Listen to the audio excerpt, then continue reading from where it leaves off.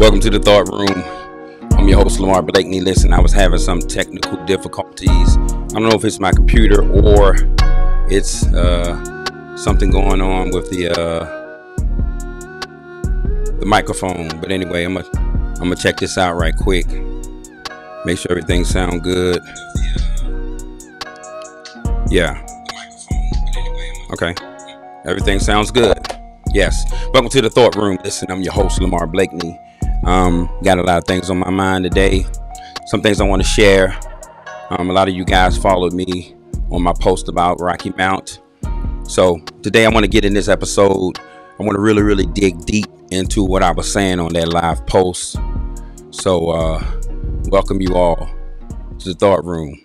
Listen, so today's episode, I'm going to be quick. I'm not going to be up here really long, but I'm going to really get down to a really deep subject. And the title of this thought-provoking episode is From Murder Mount to Miracle Mount, Reclaiming the Soul of Rocky Mount. And I'm your host, Lamar Blakeney. So listen, I want to welcome you to the Thought Room. So today's episode is not just a conversation. It's a call to action, right? Call to action. Listen, we got to put action behind everything that we do. So I'm going to speak directly to my hometown, not from where I was born, but where I live, Rocky Mount, North Carolina. So, some folks call it Murder Mount. And I believe that name was born out of tragedy and bloodshed and a growing sense of hopelessness. But I still believe in miracles. I still believe that we can shift from culture, rebuild the people, and reclaim the ground for purpose. Reclaim this ground for purpose. So that's why I'm speaking today. This is why I want to have a little thought room experience, thought room conversation, not just as a voice, not just as a voice, but as a builder.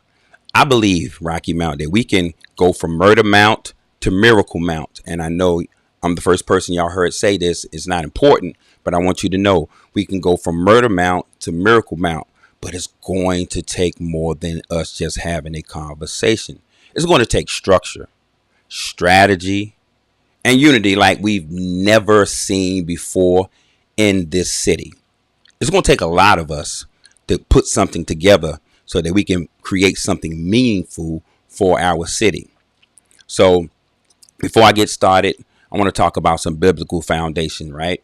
I'm going to go to Isaiah 54:14 through 15. It says, truth is fallen in the streets and equity cannot be entered. 2 Timothy, before I get to, where I want to go. 2 Timothy 3:1-4 says, in the last days, perilous times shall come. Perilous times shall come. And I believe we're living in a perilous time. I believe we're dealing with a lot of issues, a lot of things that, we wish was not the case. But guess what? It is the case, right? Galatians 6, 7, 8. And I'm not going to scripture you to death because I want to get to my points. Galatians 6, I think is verse 7 and 8. I think it says, whatever a man sows, they shall he reap, right? Whatever man sow, that shall he reap.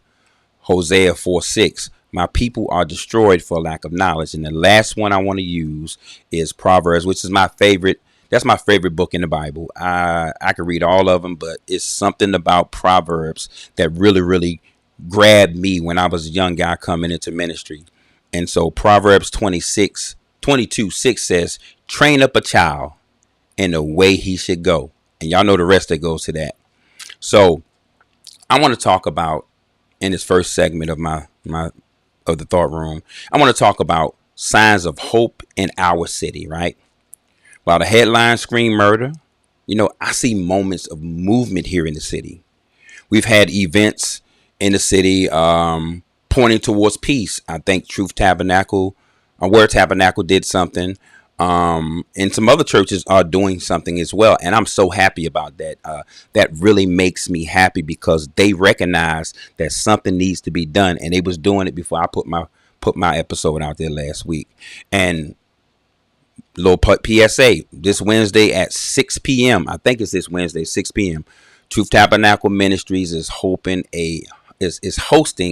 a critical community conversation on the violence in Rocky Mount. Listen, if you're around, if you feel like I feel, we need to be there. I'm gonna try to be there. I have a restaurant to run, but I'm going to try and be there on Wednesday for this conversation. And guess what? We need to support them. We need more than just, one group of people doing something. We need a community doing something, because it's not going to work if we don't all come together. So let me tell you where a Rocky Mount stands, and this is sad. We got to get to the bad stuff before we get to the good stuff. Some people might want the good first, but I'm going to give it to you. So Rocky Mount, listen, y'all, this is where we stand. Violent crime rate, right, has nearly doubled the average here in our beautiful city, right? The gun trace rate is 90.5 per 10,000 people. Listen, 90.5 per 10,000 people, right? That's 5,600 people in the city of Rocky Mount. I think 54, 55 is one of them. We're number one in the state. Now, we want to be number one for a lot of stuff, but we don't want to be number one for this. We want to be number one for growth. We want to be number one for education, but we don't want to have a gun trace rate of 90.5 per 10,000 people in a city that holds 56 or 54,000 people. Now let's talk about our homicide rate. And this information I got is from 2018. 24.4 per 100,000. Now, you see how it was not as high as it is now back then. So that means we have grown when it comes to our gun trace rate, right? Young offenders increasingly fueled by trauma, lack of mentorship, social media, driven egos. Listen, there's a lot of things that are provoking our young people to make decisions to do what they're doing right now. And guess what? It doesn't excuse it. It doesn't justify it. But these are real facts. I mean, you see people on Facebook beefing all the time, as the young folks says, or in the streets saying this about that, making a comment about that. And they take it a whole lot different than we did when we were young. So let's talk about our youth, right? I want to talk about the light and the loss. So before I address the pain, let me honor the potential of our young people in the city of Rocky Mount. They are brilliant young people. They're creative, innovative, some of them resilient. They can build businesses just using an iPhone. Our young people are very talented. They speak with fire, and they have the ability to reshape culture if they had the right guidance. So all of the young people in Rocky Mount are not bad.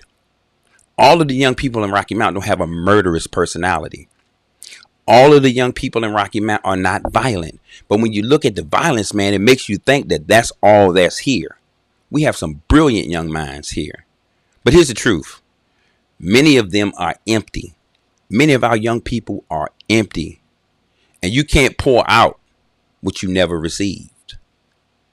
They're looking for love and music, validation, likes, power, and violence. Let me say it again.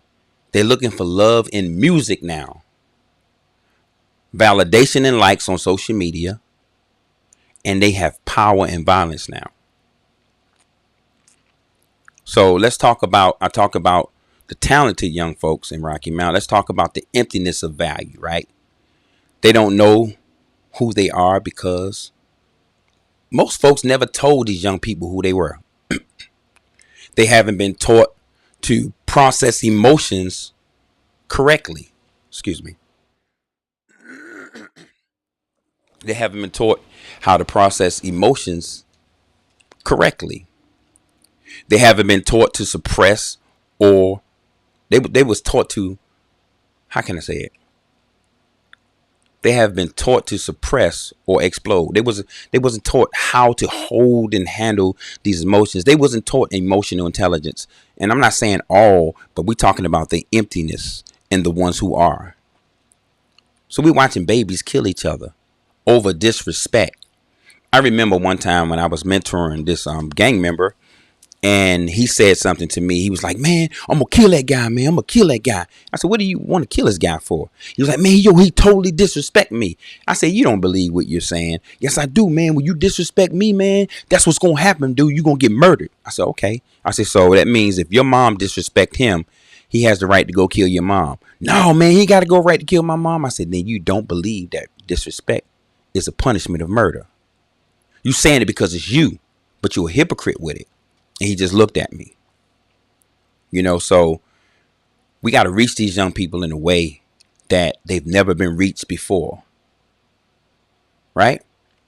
Because guess what? Something's not working.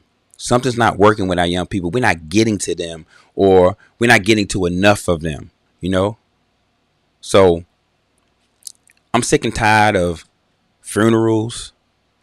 We got to stop acting like this is normal. It's not. And these young folks with their personality about disrespect, man, it's not normal. It's their pride, it's pain, it's emotional immaturity wrapped in so much trauma. And if we don't teach them emotional intelligence, people, they're going to keep defining strength as silence, violence, or vengeance. Let me say that again.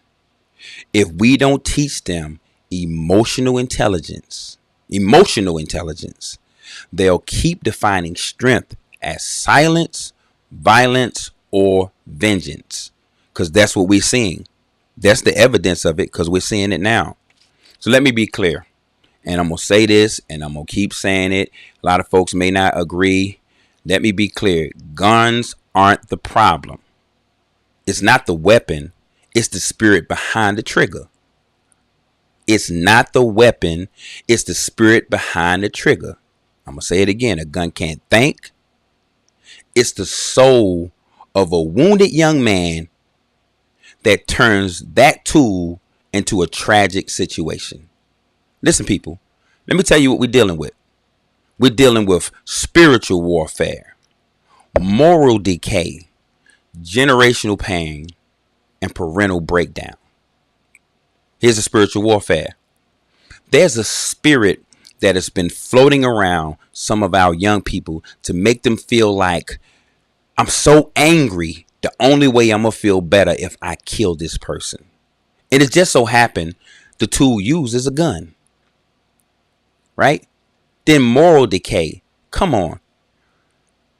Do our young people understand this? If I kill you, I'm going to jail. That's the part of it I can't get. You're not getting away from it. Here's the crazy thing, people. Here's the crazy thing. They will commit murder. Go to the same God who's going to send them to hell for murder and pray they don't get caught. Now, I want y'all to let that sink in. They go murder somebody, run and hide, and pray to the same God that's going to convict them of that crime and send them to hell and ask not to be caught. Man, you can't become no more selfish than that. Generational pain. Some of these young people have been taught you don't cry, you tough, you got to be like this. And then they go out and meet some of their delusional friends who validate it. Man, you can't let nobody run up on your set and do this. Man, that stuff is over with. And then when they get in prison or they get that charge, they sit there like a dead in headlights. That's how they sit. You look at the mugshot. Now they're trying to figure out, oh boy, the rubber meets the road now. And I'm going to jail. How does anybody win? And this is what we got to get to our young people. You cannot win murdering somebody. You're going to jail for the rest of your life to be around a lot of folks who got the same mentality as you and fight for your life the whole time you're there. Then there's the parental breakdown. There's no bad students, only bad teachers. 90% of these children live in a bad household or a broken household, right? They are. And then parents in and out, different fathers, different boyfriends, different this, different mothers, they are experiencing so much parental breakdown. It's ridiculous. Because I truly believe if you teach a child and the way they should go, they ain't gonna commit no murder. I don't believe that's something they're gonna commit. And so, like I said, the city is making some rounds right now. I see, like I said, things going on at Truth Tabernacle Ministries. And I'm not just naming Truth because I go there. I'm naming it because they're having an event on Wednesday to speak about the violence, all of the violence that is happening with the use of a weapon called a gun. They're having that conversation. I think from what I heard, Councilman Richard Joyner, I think he's spearheading this. If I'm wrong, I apologize. So this isn't a one church mission, y'all. It's a city mandate. This is where we got to speak boldly. This can't be about one church or one organization getting the credit. This is not a competition. This is about turf or titles. This is kingdom business. Every church, every nonprofit organization, every school, every mentorship program, every city leader. Listen, y'all. Listen to me. We must come together in this city like we've never came together before. This isn't time for territorial ministry. No, it's not time for that. It's time for collaboration and deliverance. It is time for collaboration and deliverance. If we're going to rebuild Miracle Mount, because that's what I'm calling it. If we're going to rebuild Miracle Mount, we need to do it with one blueprint and many builders. One blueprint and many builders. One blueprint and many hammers. One blueprint and many leaders. One blueprint and much wisdom. That is what it's going to take. So I'm working on something personally, and I don't really have a lot of time to dedicate in this season of my life, but I am working on something that I feel is going to help me be able to mentor some young fellas, right? I call it the 7 Steps to Success program. So right now I'm working on it. This program is specifically for youth because what's missing isn't just opportunity. It is self-development and emotional intelligence. We can't keep preaching to them without preparing them, people. We can't. And like I said, I didn't come on this podcast for nothing deep today. I just wanted to talk about, what's going on in our city. It has to be talked about. In my 7 Steps to Success program that I'm working on, it's going to be anybody can get it from me. Anybody want to use it can get it from me. I will design it and put it together. This program will focus on identity formation, emotional intelligence, conflict resolutions, purpose and discovery, financial literacy, healthy relationships, and legacy living. That's what I'm incorporating in this 7 Steps to Success program. And let's be honest, even as adults, we still struggle with emotional intelligence.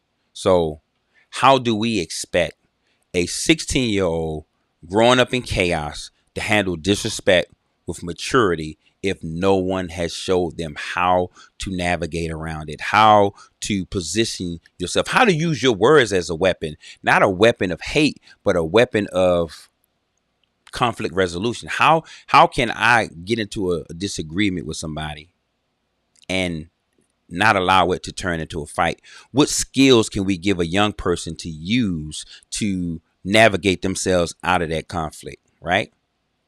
So to every pastor, to every leader, educator, and parent listening, this is time, y'all, for us to unite.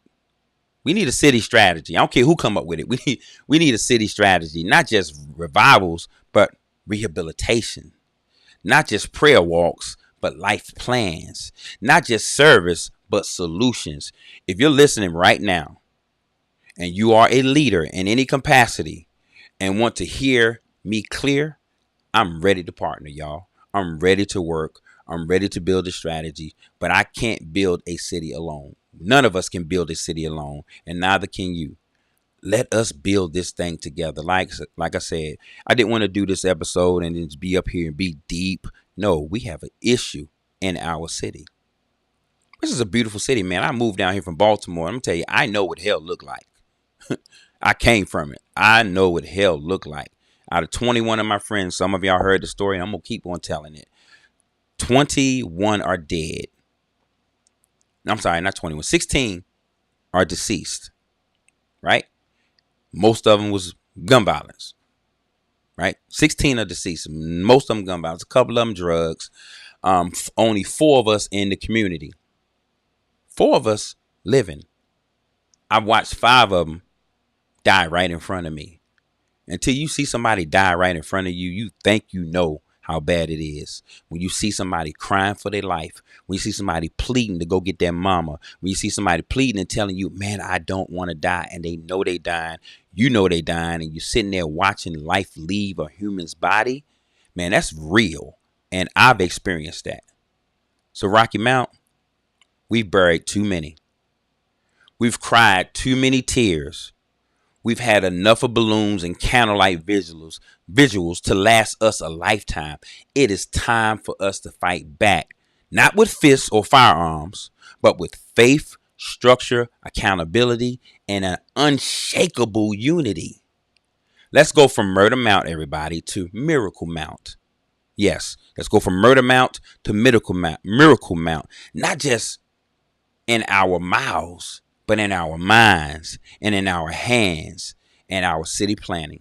So let's show the world what this city can look like when the people of God lead with love, discipline, and wisdom. And that's all I wanted to talk about today. It was no deep subject. I just really wanted to have this conversation. So this is the thought room, right? As I said earlier, this is the thought room. And if you're ready to, be a part of the rebuilding, I'm ready to sit at the table. Rocky Mount, North Carolina. Rocky Mount, North Carolina. Let's go and build a beautiful place for our grandchildren to grow.